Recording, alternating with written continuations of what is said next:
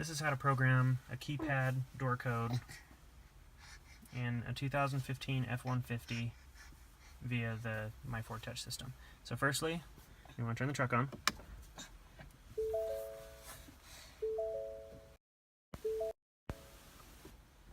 Okay, then you can go into the settings. Okay, as soon as the truck started, it connected to Bluetooth and killed my video.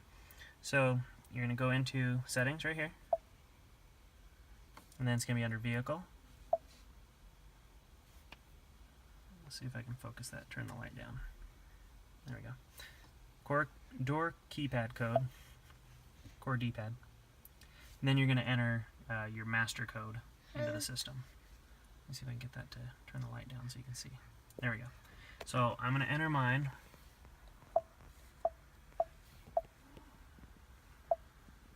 So you enter the master code, hit enter. And then ask, do you want to add or erase? So I'm going to add one.